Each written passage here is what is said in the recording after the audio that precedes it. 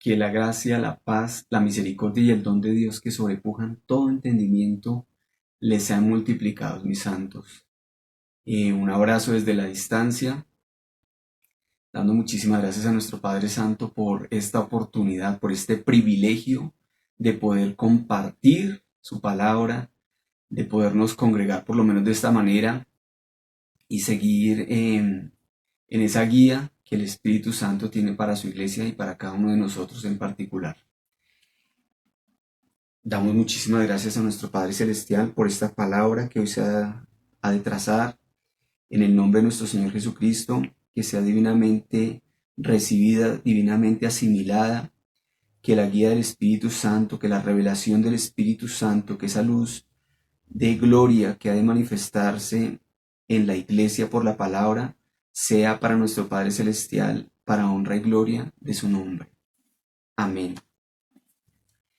Y dentro de las maravillas que hemos compartido, el Señor me regalaba algo ya un tiempo de lo que es consolidar la iglesia.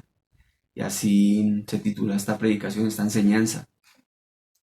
Y empecemos por la palabra en lo que dice el apóstol Pedro en su primera carta, en el capítulo 5, en el verso 10.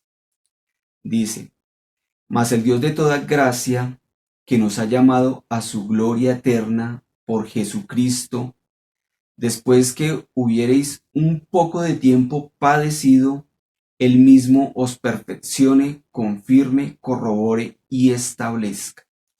Amén y amén y amén. Entonces cada uno de nosotros ha recibido manifestación del Señor en diversos testimonios, en diversas confirmaciones, en pruebas, en tentaciones, en derrotas.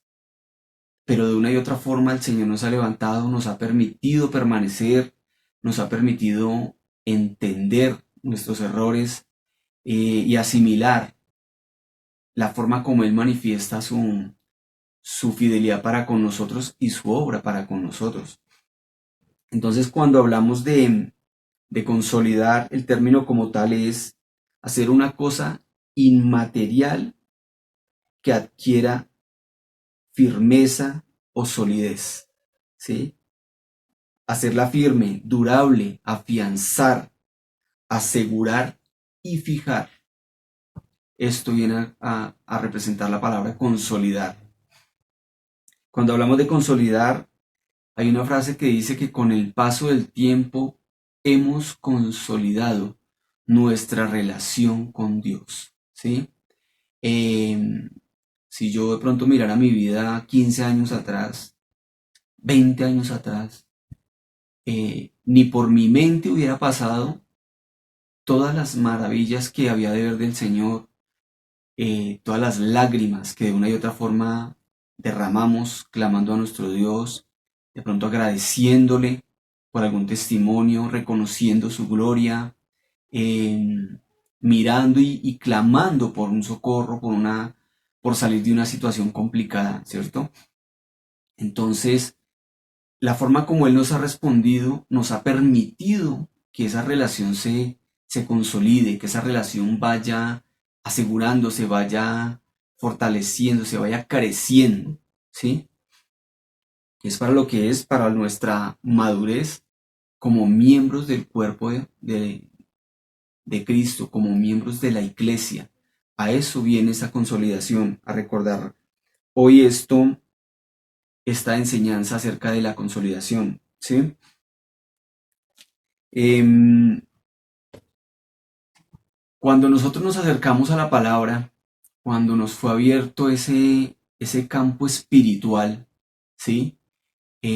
Al principio tuvimos la prudencia de ir paso a paso, despacio, pero después de que entramos, digamos, entre paréntesis, en confianza, metimos corazón de hombre, metimos mano de hombre, metimos lo que el apóstol Pablo dice, que habiendo celos, contiendas, divisiones, bandos entre vosotros, dice, ¿no sois aún carnales? ¿Sí? Entonces metimos mano de hombre, entendimiento de hombre, dirección de hombre en las maravillas de Dios, en la palabra que tenía que ser divinamente inspirada, divinamente trazada, divinamente dirigida y divinamente aplicada a cada una de las áreas de nuestra vida como miembros del cuerpo que es su iglesia, ¿sí? Que ahí ese ha sido el sitio donde desafortunadamente, eh, en vez de darle un cumplimiento completo y bueno a la palabra de nuestro Dios, de parte nuestra le hemos dado un cumplimiento negativo, un cumplimiento malo a la palabra de Dios. Y toco nuevamente con esta parte de los celos, las contiendas, ¿sí? Las divisiones, que estas vinieron a formar separaciones y hasta el día de hoy podemos decir que eso ha sido real, ¿sí? Ha sido real. Eh, que no nos supimos de una y otra forma esperar los unos a los otros, soportar los unos a los otros, sino que por el contrario, nos condenamos los unos a los otros, nos acusamos los unos a los otros, porque eso es de la carne, ¿sí? Sabemos que el espíritu contiende contra la carne y la carne contra el espíritu, ¿sí? Y entonces si en la área espiritual dejamos que meta mano la carne, el corazón del hombre, pues simple y sencillamente se van a ver estas cosas. Celos, contiendas, divisiones, bandos, ¿sí? Y todo lo que la palabra nos recuerda en este momento de lo que son las obras de la carne. Entonces, ¿quién no se ha equivocado? ¿Quién no ha cometido errores? ¿Sí? Todos nosotros. El único que no se equivocó fue nuestro Señor Jesús de Nazaret, porque la palabra dice que en su boca no fue hallado engaño, ¿sí?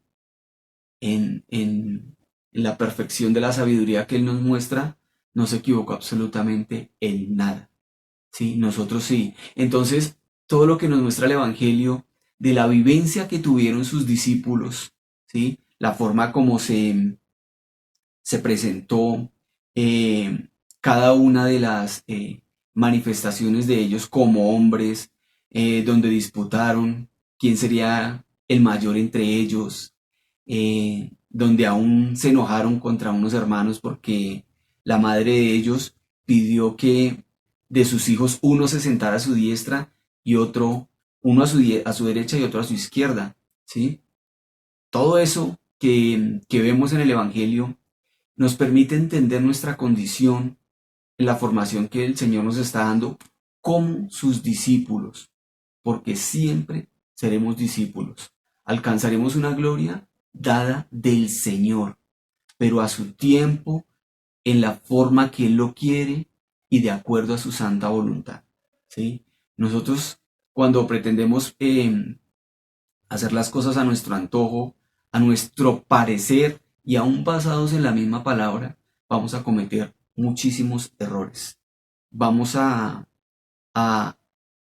torcer la misma senda, ¿sí? La misma senda que la palabra nos quiere trazar, que es una senda recta, una senda de justicia, de juicio, de santidad, ¿sí? Porque a eso nos enseña la palabra cuando nos dice que ella es la que nos santifica, ¿sí? Que ella es la que nos limpia, que ella es la que nos traza un camino donde podamos seguir las pisadas de nuestro Salvador, un camino para andar en obras que Dios ya tiene establecidas, ¿sí? Entonces, cuando nosotros metemos mano y somos conscientes de que nos hemos equivocado, de que hemos cometido errores, todos, absolutamente todos, unos errores más graves que otros, ¿sí?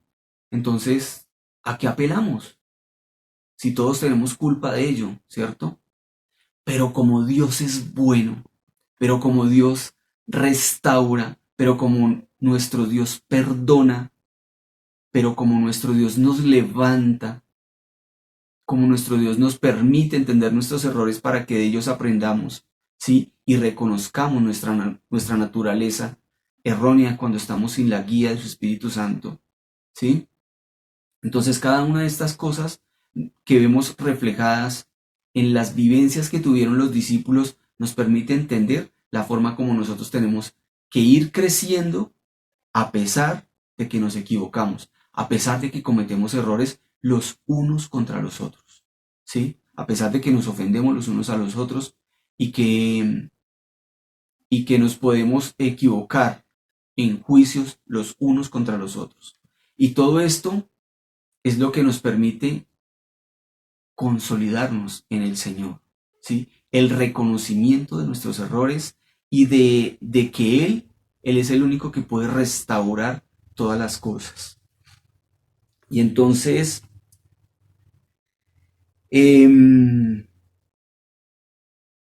la palabra de una y otra forma se cumple, se cumple. Se cumple para mal cuando nosotros en la iglesia vamos como hombres, ¿sí? Cuando llegamos a la iglesia sin oración, sin preparación por la palabra, sin una común unión con Dios, sin haber probado esa intimidad durante el tiempo que no vamos a congregarnos, ¿sí? Créanme que si no es así, si no fuera porque la palabra nos redarguye, nos dice muchas veces el Espíritu Santo que callemos, los errores que nosotros cometeríamos serían terribles, serían fatales, ¿sí? Por eso la misericordia de Dios es más grande que los cielos y la tierra, más de lo que nosotros podamos entender con nuestra mente y obrar con nuestro ser. Muchísimo más grande es su misericordia, que no nos permite caer más bajo, cometer errores más delicados. Y entonces hay un ejemplo en Génesis 32, 9, 12, donde Jacob envía cuadrillas de sus siervos delante de su hermano Esaú, temiendo pues que él venga y los ataque a sus mujeres, porque él sabía el error que había cometido con su hermano, ¿sí? Cuando todos ya sabemos esta historia de cuando él tomó la primogenitura en la bendición que pidió a su padre, ¿sí? Suplantándolo a él. Y después tiene que huir. Y en fin, ya nosotros recordamos todo lo que pasa con su suegro Labán, la forma como le toca pasar diversas pruebas de trabajo, de engaño también, porque él también fue víctima de engaño. Y entonces él hace esto. Miremos en Génesis 32, donde es un claro ejemplo en el verso 9, donde él reconoce en el Señor y dice, y dijo Jacob, Dios de mi padre Abraham y Dios de mi padre Isaac, Jehová, que me dijiste, vuélvete a tu tierra y a tu parentela, y yo te haré bien. Dice, menor soy que todas las misericordias y que toda la verdad que has usado para con tu siervo, que con mi bordón pasé este Jordán y ahora estoy sobre dos cuadrillas. Líbrame ahora de la mano de mi hermano, de la mano de Esaú, porque le temo, no venga quizás y me hiera la madre con los hijos. Y tú has dicho, yo te haré bien y pondré tu simiente como la arena del mar, que no se puede contar por la multitud. Amén y amén. Hasta ahí. Y entonces miremos el escudo, el temor, la persuasión que tenía Jacob con respecto a su hermano por las cosas que habían acontecido, ¿sí? Y él clama al Señor porque el Señor es el que le da la orden de que tiene que ya volver a su tierra, ¿sí? Y que él le hará bien. Él cumplirá las promesas que le había hecho a sus padres, Abraham e Isaac, ¿sí? Entonces, después de que ya se reconcilia, ya se encuentra con su hermano, ya entiende que el favor de Dios ha sido con él, que a pesar de lo que él pensaba, Dios cumplió esta palabra que acabamos de leer en él. Y entonces nos dice en el 33:20, dice, y erigió allí un altar y llamóle el Dios de Israel. ¿Sí?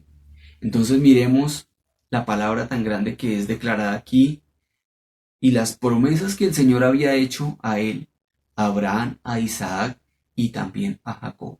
Y que de ahí sabemos que salen las 12 tribus de Israel y ahí se forma prácticamente el pueblo de Israel, que hasta el día de hoy es potencia y es vigencia y es un claro ejemplo del cumplimiento de lo que nuestro Dios tiene para su iglesia, para cada uno de nosotros.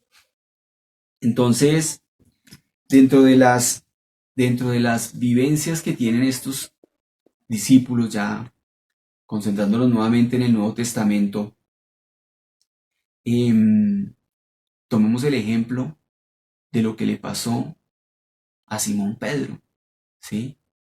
Recordemos que cuando el Señor dice, ¿y vosotros quién dices que soy? A él le es revelado y él dice, tú eres el Cristo, el Hijo del Dios viviente.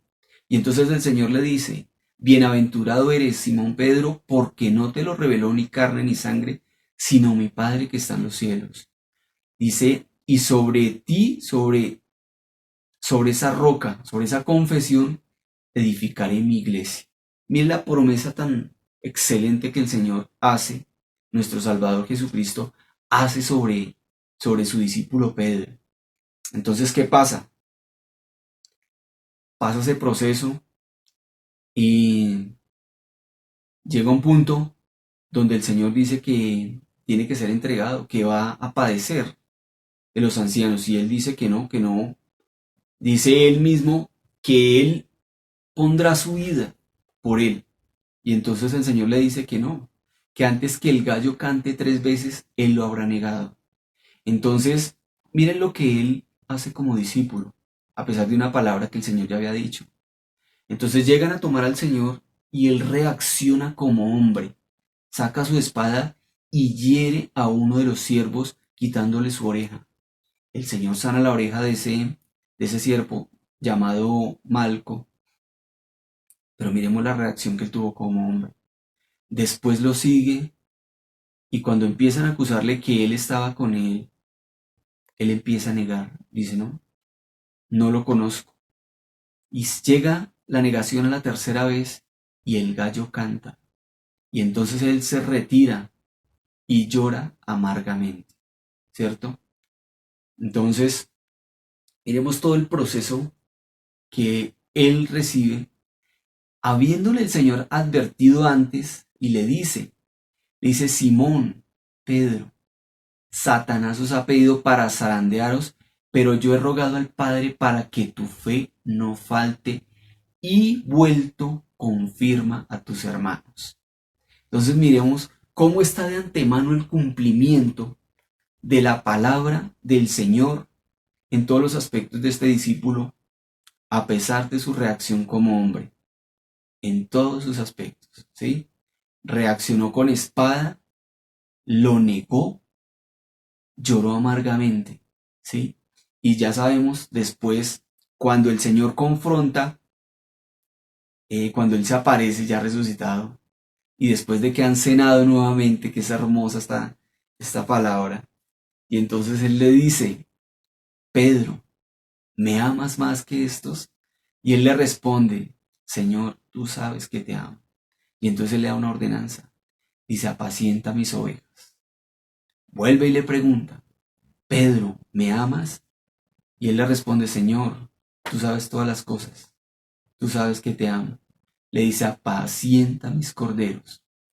Nuevamente le pregunta por tercera vez, Pedro, ¿me amas? Y él dice que se entristeció y dice, Señor, tú lo sabes todo, tú sabes que te amo. Y entonces el Señor le dice nuevamente, apacienta mis ovejas. ¿Sí? Y sabemos que él fue y es porque viven el que dirige la iglesia, sobre la confesión y sobre todos los hechos de los apóstoles que hemos visto aquí en la palabra. Él está presente, Él está declarando sus maravillas, Él padece cárcel, azotes, en fin, todo lo que la palabra nos ha mostrado acá, que padecieron ellos por el nombre del Señor. Y lo hicieron llevando ese, ese mensaje del Evangelio que hasta el día de hoy, para honra y gloria a nuestro Señor Jesucristo, sigue vigente y se sigue cumpliendo en su iglesia. Cada palabra, cada una de las promesas que están aquí establecidas, se sigue cumpliendo hasta el día de hoy. El Señor les dio una orden a ellos de que fueran y predicaran por todo el mundo. Y casi me atrevo a decir que ya la palabra está dada en todo el mundo. Siguen vigentes las palabras de nuestro Salvador, siguen los testimonios que ellos establecieron y sigue el Espíritu Santo confirmando, guiando, sellando, dando a la iglesia todo lo que necesita para ese cumplimiento glorioso que ha de ser para honra y gloria de nuestro Padre Celestial.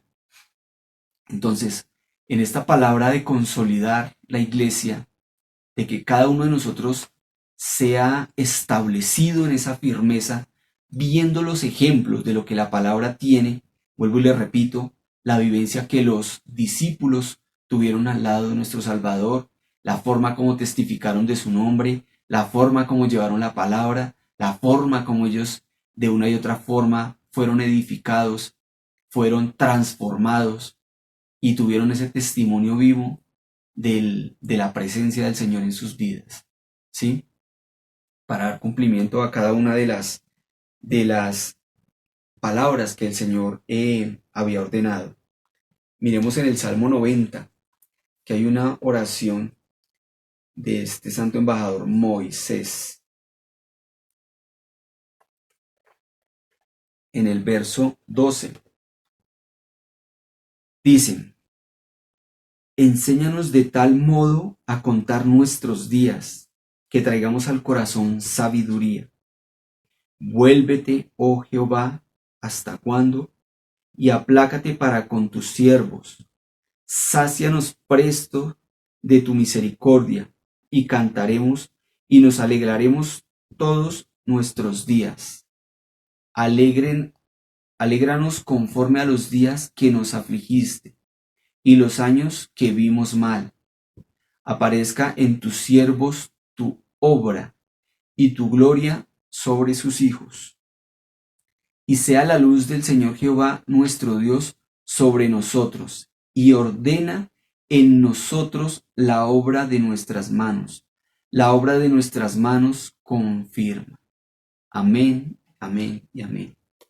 Y entonces cuando la palabra nos dice que la obra de nuestras manos, sí, es que es algo sencillo.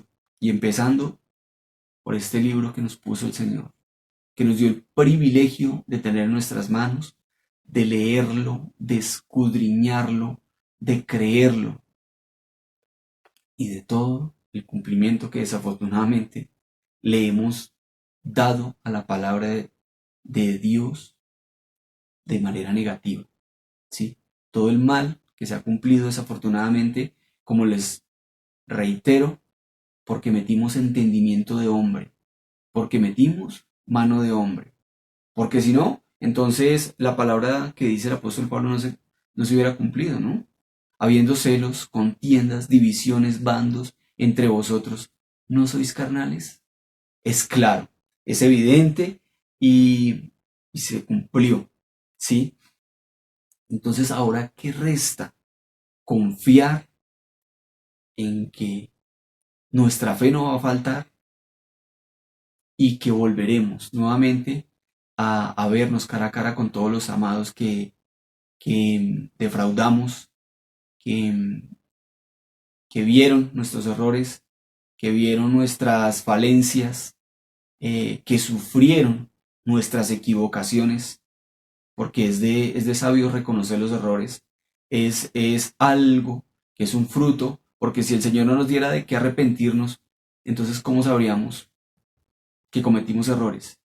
Si el Señor no pusiera ofensa a nuestros hermanos para con nosotros, ¿cómo sabríamos qué es perdonar? ¿Sí? Y esto de la misma obra de Dios en nuestras vidas. ¿Sí? Entonces dice la palabra que creció el trigo y la cizaña juntamente. ¿Sí? Es un cumplimiento. En otra parte dice el Señor, escándalos es imposible que no vengan. ¿Por qué? porque es un cumplimiento de la palabra. Y entonces cuando vemos que es un cumplimiento de la palabra, así como se cumplió en el ejemplo claro que tomamos con el apóstol Pedro, ¿ya? En su formación como discípulo, en todo lo que el Señor le dijo que iba a pasar, que iba a ser zarandeado por Satanás como a trigo, ¿sí? Y entonces miremos el cumplimiento que nosotros también tenemos que pasar, ¿sí? Nadie nos garantizó que todo iba a ser bonito en la iglesia, o que no iban a haber contiendas, o que no iban a haber escándalos, o que no iban a haber fraudes, ¿sí?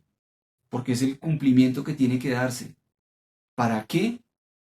Para que entendamos la naturaleza pecaminosa que va en cada uno de nosotros. Porque si no la confrontáramos con lo espiritual que nos muestra Dios, con lo que viene a traernos el Espíritu Santo, entonces ¿de qué nos arrepentiríamos? ¿Sí? ¿De qué? Pero eso es lo hermoso de nuestro Dios, que nos da de qué arrepentirnos y que nos permite entender que nosotros sin Él nos equivocamos muchísimas veces, que sin la guía del Espíritu Santo en la palabra de Dios nos vamos a equivocar muchísimas veces, ¿sí? Muchísimas. Entonces es la gran importancia de siempre orar antes de entrar a la palabra, de estar apercibidos, de recibir cada consejo que ella nos da en cuanto a la prudencia. Por eso dice la palabra que cuando vayamos a la casa de Dios, que estemos más prestos a oír que a hablar, ¿sí? Si ojalá hubiéramos puesto en práctica ese consejo, lo hubiéramos conocido bien a tiempo, quizás no nos hubiéramos equivocado, pero igual nos teníamos que equivocar porque está establecido y el Señor, por más que nosotros no quisiéramos, hubiera tenido que suceder, porque se tenía que manifestar la naturaleza humana en medio de la iglesia, ¿sí? Entonces, nos dice el apóstol Pablo en Romanos, en el capítulo 14, en el verso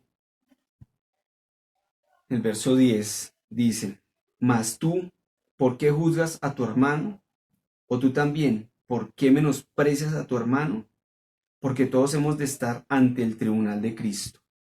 Porque escrito está: Vivo yo, dice el Señor, que a mí se doblará toda rodilla y toda lengua confesará a Dios.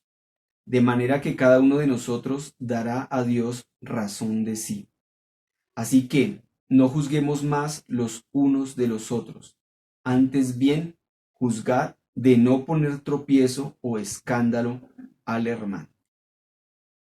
Entonces, ese juicio empieza por cada uno de nosotros, ¿no?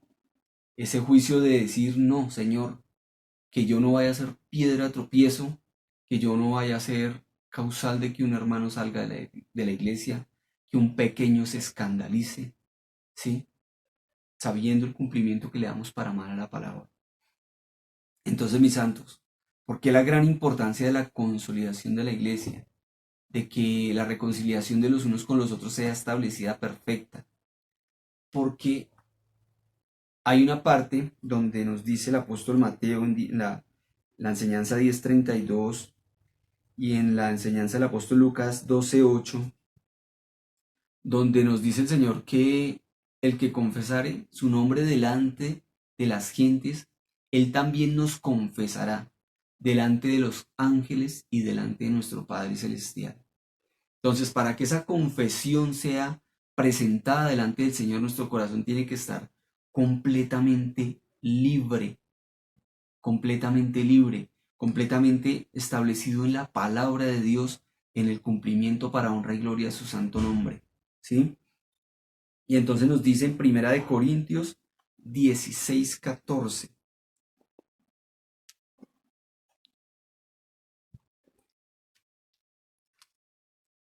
Primera de Corintios 16:14 nos dice: